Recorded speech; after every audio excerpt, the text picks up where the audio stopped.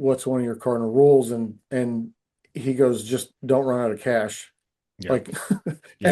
and you laugh because it's So simple, but that's simple. the truth. Yeah. Like, if you run out of cash, you're going to get forced into the market. You're going to get forced to take a deal that's going to hurt. Hello and welcome to Pillars of Wealth Creation, where we talk about creating financial success with a special focus on business and real estate. I'm your host, Todd Dexheimer. Now, let's get to it. Hey, welcome back to the show. I'm your host, Todd Dexheimer. With me, I got Ryan Cadwell. Ryan, how are you doing today? Good, Todd. Thanks for having me. Awesome. Well, Ryan's the principal of Resolute RDM, an Indianapolis-based real estate firm. It's been involved in over 100 millions in transactions, developments, asset management, and Ryan's CPM. And he's built a reputation to do a couple simple things, right? Don't overpay for real estate. Always sell at market value and offer at investment value. So you've flipped, Ryan. You flipped over 150 houses. Is that right? Yep. And currently, you're doing some development of duplexes. Mhm. 252. Is it one community or is it individual duplexes? This one's one community on 37 acres. Wow, that's Um, awesome. Three phases. Yeah, it's kind of like a joint project with the city. They really Hmm. needed rooftops, and so we're working hand in hand with them. So is So this we'll dive into that right away. So is this partnership with the city? Is it's a uh, project based, meaning is there low income housing, or is it explain the it's an project affordable exactly? housing product. It's an affordable housing product. It's blue collar town. They had a lot of they're in um, transportation distribution, warehousing, and then they've got some manufacturing jobs. And they were bringing their mayor brought in these new jobs. They didn't have the rooftop, so they're having to commute from further away. Hmm. Um, and some of the partners that I'm working with on that deal brought us in to help with the development part. And then I mean, it's just kind of the way we do things. Like I try to get in front of the towns that we're working in and working with and just ask them, what do you want? Like, what do you want? What do you expect this to be? And what's the best way we can serve the community? And it really starts to kind of push a little bit of momentum. I mean, you still got to deal with the towns and the bureaucracy and some of the red tape and their processes, but yeah, I mean it just allows us to kind of let them kind of fill in the blanks, and then we could get to decide whether it works for us or not at the beginning. Yeah, so I can see there being some really good synergy with that and it working out really well and with the city. I can also see there being some potential risks to doing that because now the city potentially, depending on the city, of course, but city maybe potentially feels like they've got a little bit more ownership or say in what happens if you kind of open that box up. But for this one, especially if it's affordable housing, um, the city's going to have its say no matter what. So you do need to be very hand in hand with them. What talk to me? Did you go to the city first? Like what was the steps of this? Did you say to the city, "Hey, we want to do something here. What do you got?" Or what are you looking for? Or did you have the piece of property first and then approach the city? So it actually got brought to us just through relationship contact out there. This one happens to be in Missouri. And through relationships both with my partners and the general contractors pulling all the buildings out of the ground, and then mutual relationship with brokers there. This happened to just be the broker's family had that property. and he had a relationship kind of with the city. They kind of already knew what the city wanted to do. So that's how it got brought to us, was through people just knowing us, knowing what we do, what our track record was, just so that the viability, um there weren't any issues as far as like, oh, can you guys actually get this out of the ground? Is this truly a deal that, you know, that we can do? So it was mostly just through relationships. And the city, I mean, the city had already done a study. They knew they needed to add rooftops. Um, and through through that relationship and then having those conversations, the only thing we really did was we just kind of customized the builds to meet their need, and then it fit like what we were doing. And to avoid the risk you mentioned, we just didn't do anything until we had agreements and entitlements and all that with them, Yeah. at least especially on phase one. I mean, some of the financial things we're working with them on, it could be different in phases two and three, but uh, it's also a growth model that where we can kind of pivot with the market, how the market, welcomes us in. We're not really forced to just build them, finish them as fast. I mean, we can build as fast as the market responds, or we can go at whatever pace. You build in Um, phases, so to speak. mhm. Nice. Yep. Um, Talk to me about, maybe working with the city a little bit, strategies, what kind of listeners learn from this experience from you? Maybe there's some difficulties or strategies or things that you've learned working with a municipality. So I've actually been able to serve on a planning and zoning board in my past, and then having worked with different planning and zoning parts within the real estate process, both as a broker and then as an owner developer. I think one of the things, a lot of the big boys, like they usually, they have their thing. I'm going to do this, I'm going to buy this, and I want to do that. And they kind of just go in and they just say, this is what we're doing, yes or no. Yeah.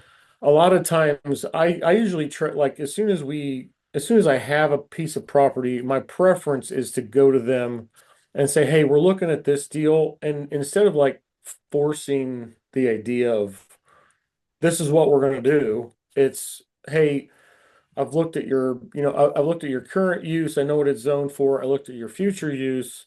I know what you guys want it to be. Here's what we were thinking. What do you guys think? So just come at it from find a way to make it their idea. Um, it helps with the conversation. It doesn't create boundaries right away, or walls, Yeah. to where like we're just gonna, we're the big bad developer. I mean, developers are usually welcomed by the mayors, and then uh, the public has different viewpoints depending on whether they're progressive or not. And a lot of times it's figuring out what they want. Like, what do you guys want, and are we a solution? Or uh, it just kind of reveals the red tape, or the potential hurdles, to where you can kind of get ahead of those things as fast as possible. Now, until you have actually, if you're going to go through the hearing process and you have actual hearings, you're not necessarily going to know what the public's going to say, Yeah. entirely. But I mean, a lot of times the officials and the people in the city, they're going to tell you kind of like what's going on, what to expect, um, in order to get ahead of it and speed up the process. Yeah. Yeah. That's awesome. Um, it sounds like a fun project to be involved in. I'm sure you're going to learn a ton of lessons throughout the entire Yeah, experience. always, man, Yeah, always. always.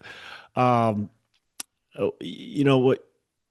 what made you go into developing 252 units, 252 duplexes out of state um, when you were flipping houses?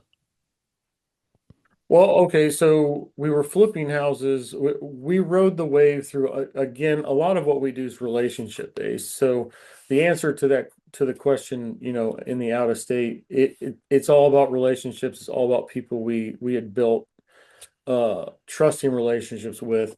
Where are you building And these then relationships because they're out of state? Like how are you building those relationships? um I actually got asked to join an investor group trip in like 2021 to go to the Ozarks. Mm. They have a big short-term rental boom that happened. Oh yeah, I mean, it was building before COVID, and then after COVID, I mean, it blew was, up. oh, it was crazy. Yeah, Whole neighborhoods of these things, like, it was a model I didn't really know or understand. I was on the trip because we were looking at some RV parks, mm. repurposing those. I had more experience in the group with RVs, with the parks, the business of that. So I was more there as a both a potential investor, but also just having a little bit more knowledge on that side of things. And when we were there, we met, brokers, we met builders, we met all these people, and two of the guys were some of the GCs that we met there, and then that cultivated into a relationship. I got to know the things they were doing, and like the friendship just kind of grew, and then we would have quarterly calls, maybe once a month. We'd hop on the phone, just talk about what was going on, and that grew into when this deal presented itself in late 23, early 24. Um, they just asked if it was something I'd be interested in doing. Um, Now to your question about how did I get out of flipping houses into this? Flipping houses kind of migrated into this through the lessons that you learn in flipping houses. It- you like to a degree, anytime you repurpose anything, commercial or residential, you always have a limited knowledge of what's behind walls. Yeah. So if it's not gutted, you can't possibly know everything. Um, and to some extent, like I got a little bit tired of that. I got a little bit tired of the surprises, having the 20% contingency. The market got saturated with a bunch of people doing it too.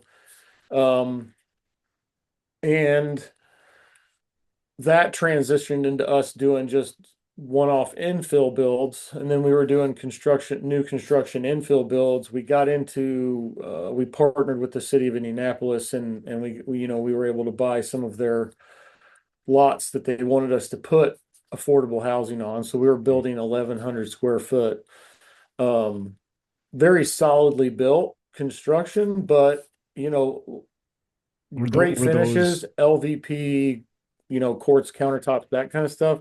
But it wasn't, I mean, nothing special. It was a box, had really, yeah, 3 bedrooms.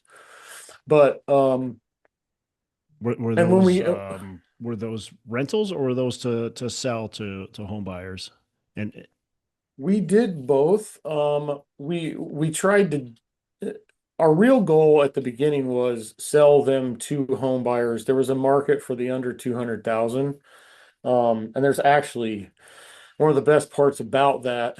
The hardest part about that is making sure that the numbers pencil because it's very tight margins. yeah, The easier part about that is you usually always have a buyer, whether it's an investor or it's affordable housing product. And no matter where people are at economically, you either have people, when rates drop to 3%, you have people that are coming up into that price range. When rates go high, then you have people coming down, yeah. and it's a new product. So that's how we got into the new construction. And then once we did a few of those lots, I mean, I'd always had my eyes on, obviously, volume, economies of scale help, they help with economic changes and the more maneuverable.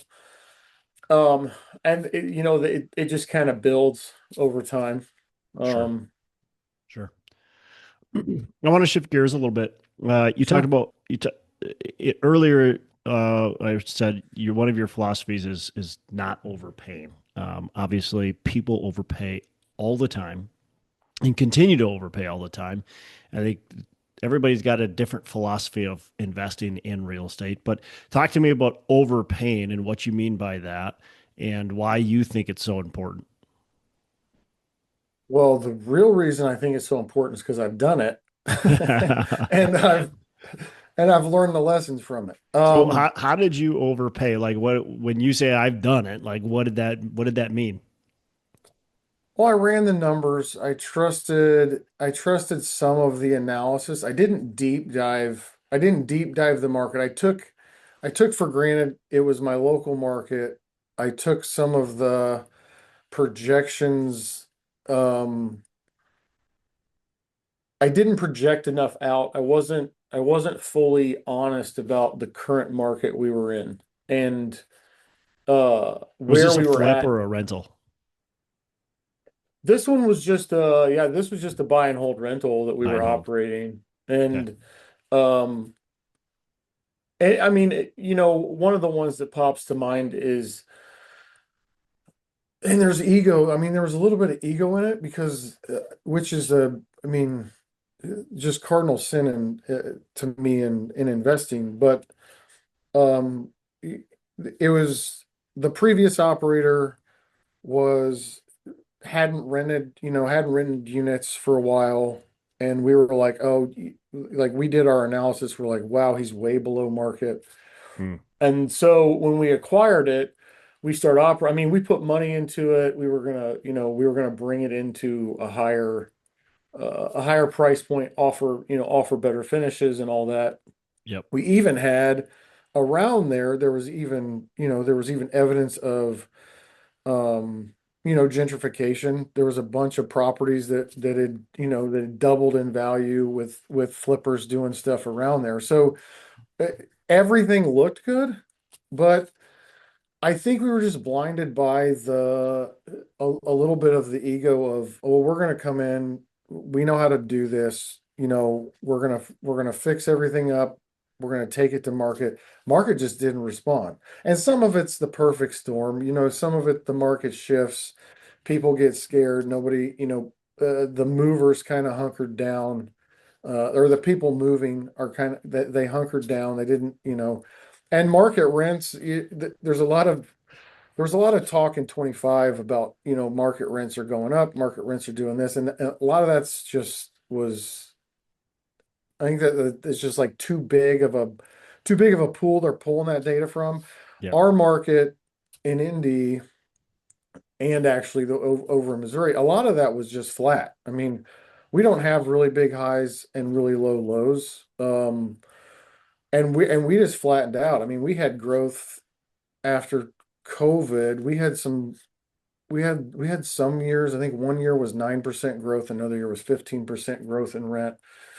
And then, but if you stretch that out and you did it over a 10-year period, it still averaged to about 3.5% Right. You growth. still Right. that's just how it goes, right? Right. Even these crazy markets, like you look at like Phoenix, Arizona had 29% rent growth. But now if you stretch it out over a 10, 12-year period of time, they've had 3% rent growth. Right.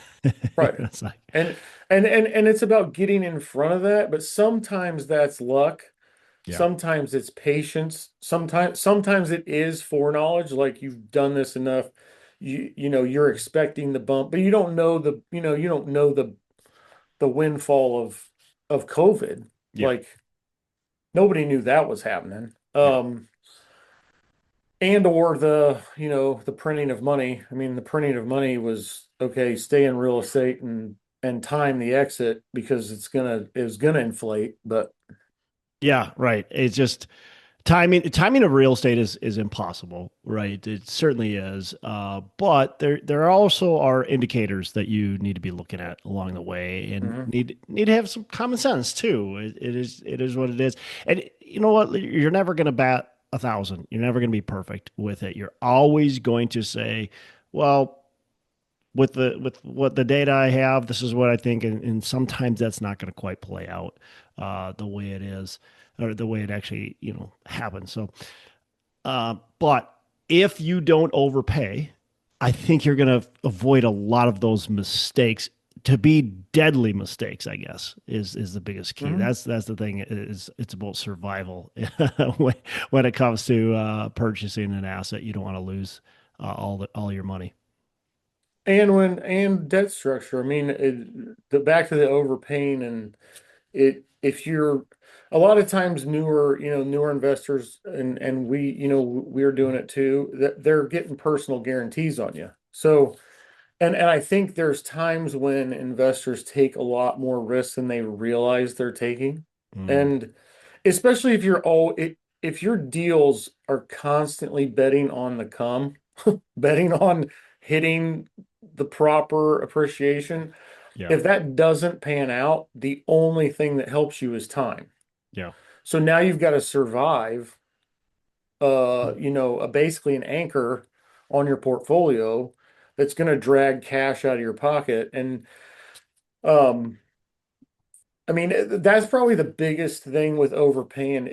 It just, I was at a conference end of Q3 last year, and one of the big boys in town, they were interviewing him and they asked him about one of the things that when you're developing this stuff, what's one of your cardinal rules? And he goes, just don't run out of cash. yeah, Like, yeah. and you laugh because it's So simple, but simple. that's the truth. Yep. Like, if you run out of cash, you're going to get forced into the market. You're going to get forced to take a deal that's going to hurt, most likely.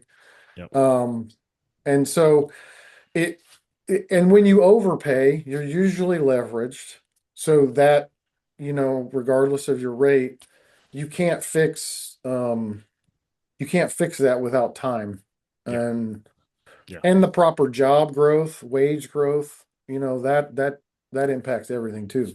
Yep. Yeah, and the debt structure is huge. If you have short-term debt and you don't have time, if you have long-term debt, you could have some time as long as you have the right amount of cash to get you Yep. through a hard time, certainly. But yeah, there's too many people that put in a lot of short-term debt and they get caught. So I want to talk about lessons you learned from flipping 150 homes. That's a lot of properties to flip. And so certainly you've got a lot of scar tissue from doing that. Hmm. But I want to talk about some of the lessons learned and how you were able to successfully flip 150 homes. And maybe some of them weren't fully success as you would like to see them, but to get that many homes done is pretty impressive. So let's talk about the systems and kind of what you were able to do to build that up.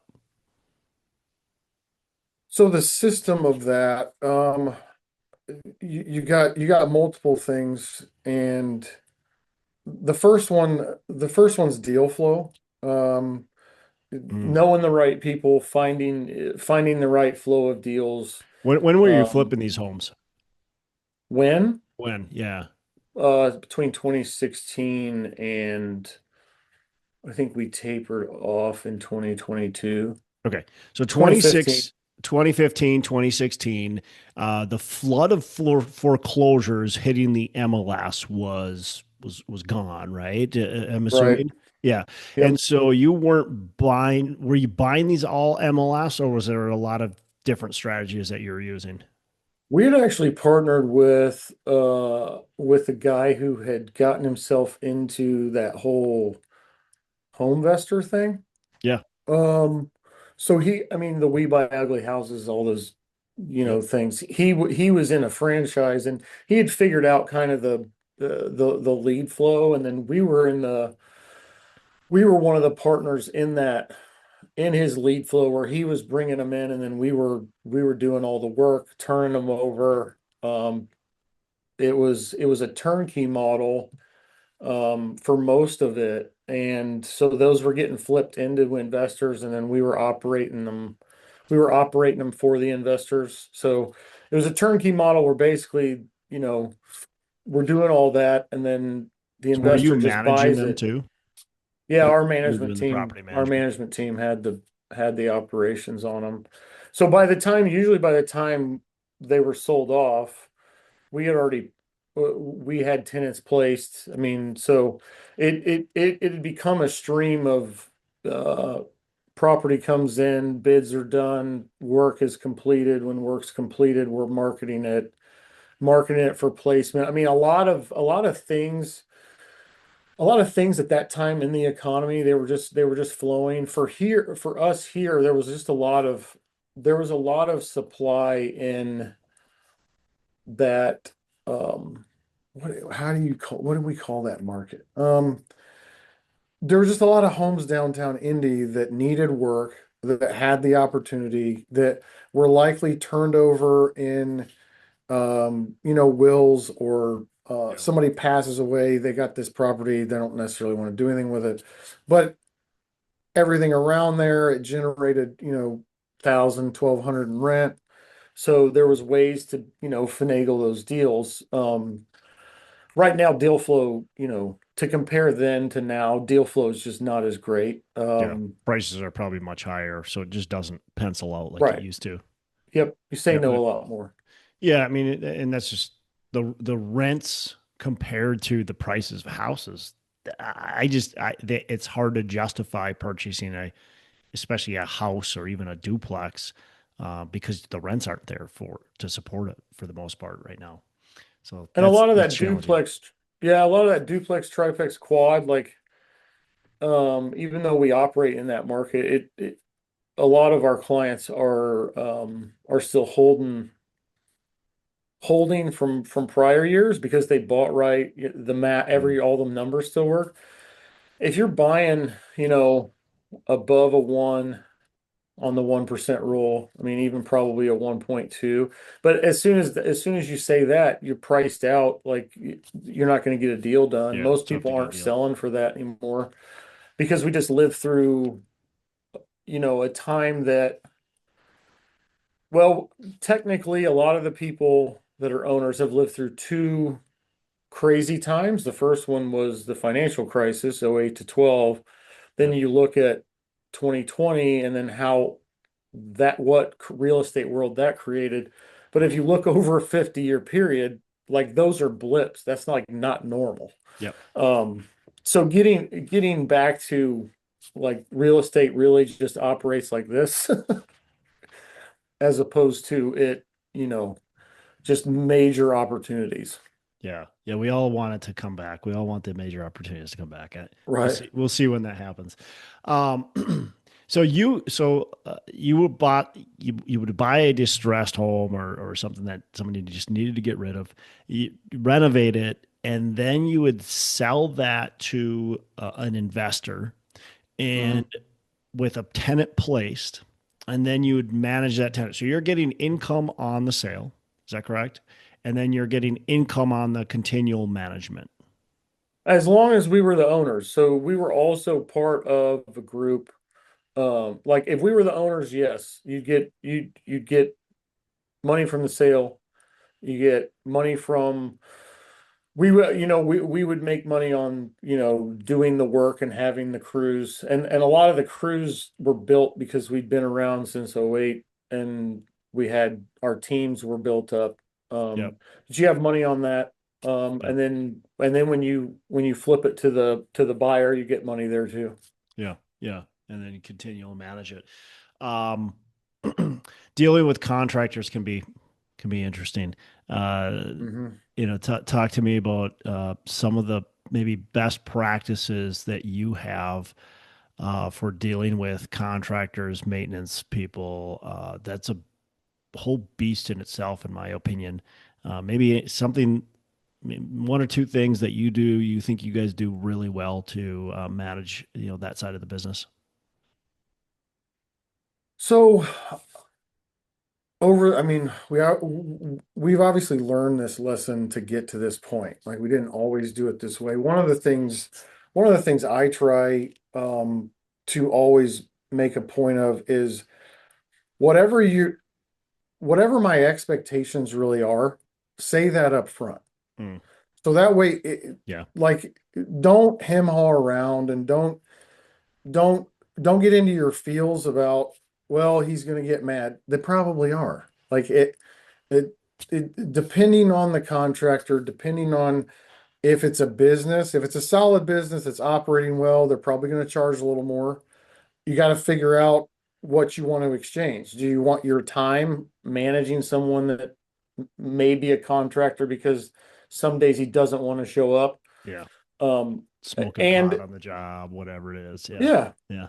those kinds of things. And you know, to some degree, it was always like I just wanted to manage my own expectations, communicate those expectations, and then when they're not being met, have the hard conversation, and then don't be afraid to fire and replace people. So have a backup.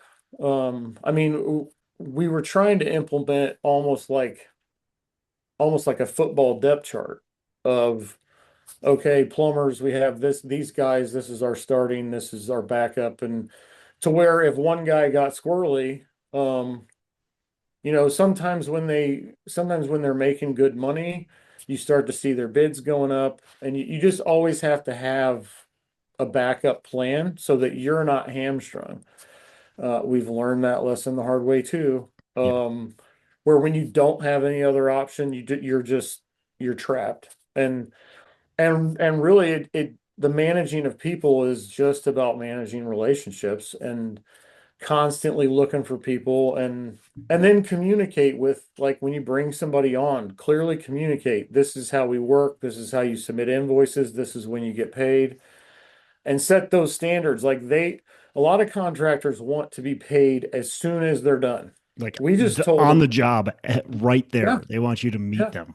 Yeah. And rightfully so. Own their fear and Yeah. understand. I mean, most of us have gone through something where somebody hasn't paid us, right? Yeah. Yeah. So let them know that you know what that feels like. You understand that's what they're afraid of. Here's three people that work for us. Ask them if we've ever not paid them. Like, Yeah. and then once they get on the first and 15th for us is what it amounted to. And then we also told them like you have to have your invoices in 3 days ahead of time. Now, hard and fast rule, we tried to make it toward 90-95% of the time that's the way it worked. You got Yeah. to have your invoice in so we have time to process it. I don't want to do this last minute stuff. Because that weighs onto your staff. It starts to create, if the staff went home for the day Oh and then we yeah. got to shut down family time to take 10 minutes to go get this guy paid. Yep. Now, at the same time, if you do them a favor, communicate it. Yes, this one time we're going to do this, but keep in mind next time, That, you're cashing in your favor. I mean, yeah. Yeah. just be upfront and say it with a smile. I had to learn how to be kindly honest. Is That's what I is huge. what That's huge right there though too. Is if you set an expectation and then you say, but this one time I will pay you on the job. Like right, that's it. Like this is the one time just because I want to build this trust. But what you don't do is you show up on the job and then pay them without saying that right. because then they expect that. Then Hmm. last time. Well, what are you're screwing me this time. Like what's going Yep. on? So yeah, you got to make sure. I like those. So you have, communicate expectations, manage expectations, and then fire quickly and have the deep field, have that backup lineup. Hmm. Those three things are really key to running successful. Well, quite frankly, a successful business in anything, but for contractors for sure. Um, Ryan, got a couple last questions. I want to ask you, what's a mistake that you've made and how have you learned from it? I think most of my mistakes come down to probably two characteristics, and it's either ego and feelings and going too fast. Um, so I get emotionally attached to a deal, like I said earlier, like I start getting overly confident in our ability to deliver. Those are all signs of okay, back up, slow down, um, get robotic about this. Like, is this really a deal? Should you be saying no? Yeah. Um, it, that's probably the big, every mistake I've made, I mean, it's cost you money. I just call it, on the job tuition. Um, it usually comes down to those things. Moving too fast, not listening, and it having something to do with ego or my feelings. Yeah. Yeah. Yeah.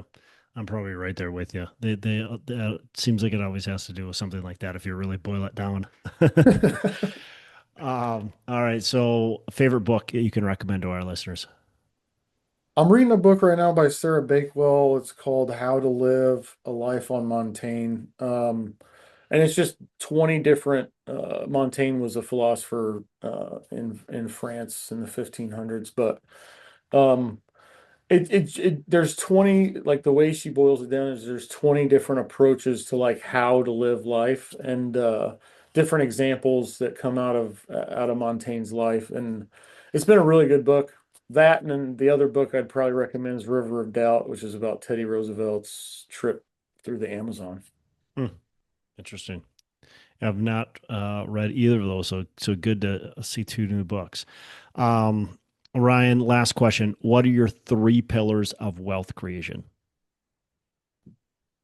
Know what it is you want, know why you want it, Hmm. and then make sure you have more no's than yeses. So the quantity of your no's equals the quality of your yeses. Love that. Why do you think that's important to say no more than say yes? I think it goes back to the first one, which is know what you want. And the majority of us want freedom and a form of it, however we define that. For some of us, it's time. For me, it's usually time. Time is the one resource we can't make more of. We can make Yeah. more of just about everything else. And if you say yes too much, um, that attracts more of the, energy vampires, time vampires.